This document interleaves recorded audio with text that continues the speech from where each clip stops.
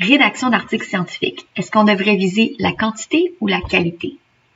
Aujourd'hui, je vais aborder un peu ce sujet et vous proposer que, à mon avis, en début de parcours, en début de carrière, c'est mieux de viser la quantité. Ça va peut-être vous surprendre comme conseil, mais il y a plusieurs raisons pour ça. La première raison, c'est que lorsqu'on commence, on ne sait pas d'avance qu'est-ce qui va être un très bon article ou un excellent article. Et donc, c'est en écrivant beaucoup d'articles qu'on se laisse plus de chances d'écrire quelque chose de bien. Moi, pour ma part, mon meilleur article, à mon avis, c'est un que j'arrive absolument pas à faire publier. Il a déjà été refusé par 3 revues. Et mon moins bon article, en fait, c'est mon premier, ou un de mes premiers, c'est celui qui a eu le plus de citations et qui semble être le plus utile à ma cause, celui dont les personnes de mon domaine me parlent le plus. On ne le sait pas d'avance quand on commence, qu'est-ce qui fait un excellent article. Donc, si on essaie de se concentrer sur la qualité, on risque d'être bloqué, d'essayer d'améliorer l'article, de travailler sur l'article pendant des années pour finalement pas nécessairement obtenir quelque chose de mieux.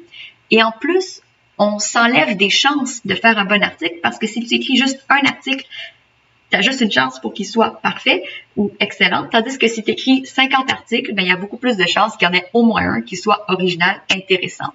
Donc, laissez-vous plus de chances et suivez plusieurs idées, développez plusieurs idées et ça va vous permettre, à mon avis, d'avoir plus d'articles, donc une plus grande quantité, mais aussi une plus grande qualité, juste du fait que vous allez gagner en expérience et essayer plusieurs sujets. Et donc, ça me mène au deuxième point qui est effectivement en écrivant des quantités d'articles, vous allez apprendre à écrire des articles de plus en plus rapidement et mieux. Encore une fois, si vous écrivez juste un article, vous n'avez pas appris autant, même si vous l'avez réécrit 50 fois, que si vous avez écrit plusieurs articles pour des revues différentes, peut-être sur des sujets un peu différents. Donc, encore une fois, simplement pour plus apprendre, pour mieux apprendre, il vaut mieux, à mon avis, faire plusieurs articles. Je dois préciser que peut-être que c'est un peu différent lorsqu'on commence. Moi, mon premier article, il a été refusé et ça se peut que ça vous arrive aussi. Au début, on ne sait pas vraiment comment écrire un article. Donc, le premier article peut nous prendre plus de temps. Et on peut se forcer un petit peu plus. On se dit, j'espère vraiment qu'il va être accepté quelque part. Et donc, on va un peu plus viser la qualité, peut-être demander plus d'aide, le retravailler davantage. Une fois, par exemple, qu'on a passé ce blocage du premier article ou du premier rejet, dans mon cas et dans beaucoup de cas, c'est là que il faut penser plus long terme. Il faut penser comment est-ce que je peux développer beaucoup d'idées, comment est-ce que je peux développer beaucoup de projets, pas trop bien sûr, mais de façon à peut-être un jour toucher, oh, voilà, ça c'était une idée vraiment exceptionnelle.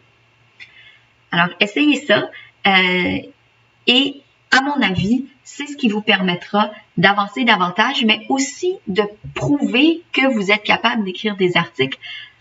Au stage où j'en suis de ma carrière, je considère que j'ai pas besoin de prouver que je suis capable d'écrire le meilleur article qui va révolutionner le droit. J'ai besoin de prouver que je suis capable d'écrire des articles et que même si ma thèse n'est pas finie, je suis capable de faire des contributions scientifiques. Alors, c'est, je pense, ce qu'il nous faut démontrer comme étudiant ou étudiante au doctorat et c'est la raison pour laquelle j'essaie d'écrire 1 ou 2 ou 3 articles par année selon le temps que j'ai. Et je vous jure, la différence est frappante. Maintenant, je peux écrire un article en à peu près 1 mois. Quand j'ai commencé, c'était un travail beaucoup plus long. Alors, je vous recommande d'essayer ça. D'essayer, pas nécessairement, mon message, c'est pas nécessairement aller écrire 25 articles. C'est plus une question de mindset.